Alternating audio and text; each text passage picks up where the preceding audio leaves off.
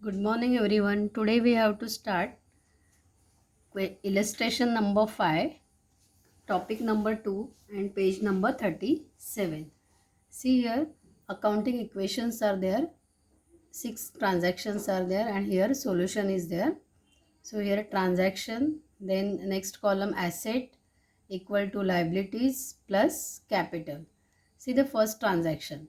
Mr. Mehta started business with rupees 80,000. This is the first transaction. Mr. Mehta started business with rupees 80,000. मतलब mister Mehta ने 80,000 business में invest करके business start किया है. सो business के asset बढ़ गए. Asset that is what? Cash. Cash 80,000 आ गई. So asset 80,000. Here liabilities no liabilities and capital rupees 80,000. So journal entries का क्या आएगा? Mister Mehta started business with cash. Cash account debit to Mehta's capital account, इसीलिए capital में 80,000 आ गए. Then next transaction purchase goods on credit from Ashwin rupees 12,000. इसका मतलब है कि अश्विन के पास से उधार बेसिस से गुड्स खरीदी किए हैं, परचेज किए हैं. Okay, on credit word is there. So credit basis से परचेज किए हैं. ओके, गुड्स बिजनेस में आ गए मतलब asset. Goods is also asset. So plus 12,000. और हमें अश्विन को पैसा देना है. So this is what? Liability. We have to pay the amount to Ashwin because credit उधार बेसिस पे परचेज किया है. So 12,000 this is liabilities, responsibilities and capital 0. Then total 80,000 plus 12,000 92,000. Here 12,000 and here same 80,000 we have to write. Then third transaction purchase furniture from SM furniture mart on credit rupees 6,000. ये furniture purchase किया है उधार basis से SM furniture mart से. ये furniture भी business में आ गए. Furniture this is also asset. So plus 6,000 and here also we have to pay amount to SM furniture mart क्योंकि क्रेडिट बेसिस पे परचेज किया है. So this is liability, responsibility plus 6,000. So total is 98,000 plus 18,000 and here also 80,000. ये 80,000 लिखा है. Then transaction number 4. Sold goods to Anand worth rupees 10,000. आनंद को goods sale किए हैं. ओके, मतलब आनंद को बेच दिए हैं गुड्स 10,000 के. सो बिजनेस से गुड्स गए 10,000 के. So goods this is also asset. So minus 10,000 और सेल किए मतलब कैश आ गई बिजनेस में. So plus 10,000. इसका जर्नल एंट्री क्या आएगा? So cash account debit to sales account. So here also nil effect. So 98,000 plus minus nil effect 98,000 then 18,000 and 80,000. Then next withdrew cash for personal use rupees 2,500. So business से personal use के लिए cash निकाला है. Okay, so this is drawing called as a drawing. Withdraw cash from business for personal use. Okay, so business से cash गई minus 2,500 और capital से भी अमाउंट लेस हो गई minus 2,500. Okay, so total 95,500. Here 18,000 and here 80,000 minus 2,500 77,500. Last transaction sold goods costing rupees 12,000 at a profit of rupees 2,000. Goods sale किए हैं 12,000 amount के गुड्स, इसीलिए एसेट माइनस 12,000 हो गया. Goods sold means goods goes out और profit लेके sell किए हैं मतलब एंट्री क्या आ गई? Cash account debit. Okay, to sales account 14,000. So business में बिजनेस से गुड्स गए माइनस 12,000 और कैश आ गई बिजनेस में इसीलिए plus 14,000. Okay, here nil effect and here ये 14,000 minus 12,000. So 2,000 this is amount business में आ गई. So plus 2,000. So here 95,000 plus 2,000, 97,500, 18,000, and here 77,500 plus 2,000, 79,500. This is the total. So this is accounting equation. Now we have to start next question, that is activity number 4. Here show the accounting equation for the following transactions and fill the table.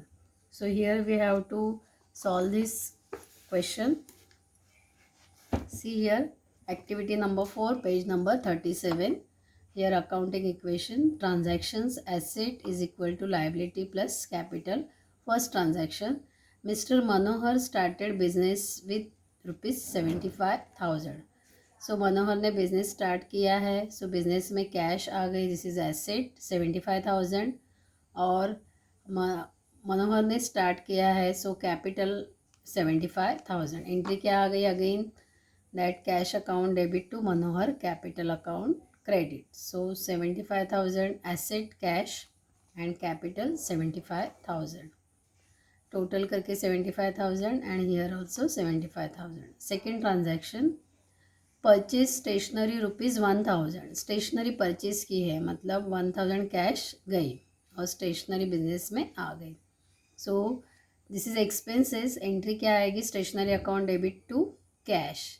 So cash goes out, so minus 1,000 and stationery का plus 1,000 asset. So minus 1,000 cash goes out, क्योंकि stationery खरीदी किया है तो 1,000 की cash गई और 1,000 की स्टेशनरी बिजनेस में आ गई. So plus 1,000. Nil effect and here 0. Then 75,000 0 and here 75,000. Third transaction, bought goods rupees 6,000 from Mohan. Mohan के पास से 6,000 के गुड्स खरीदी किए हैं ऑन क्रेडिट बेसिस, क्योंकि मोहन वर्ड है. ओके, सो क्रेडिट बेसिस पे, मतलब उधार बेसिस पे खरीदी किए हैं. सो बिजनेस में गुड्स आ गए, goods this is asset.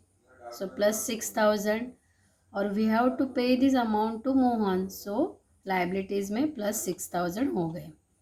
So here total 81,000, liability 6,000 and here 75,000 capital.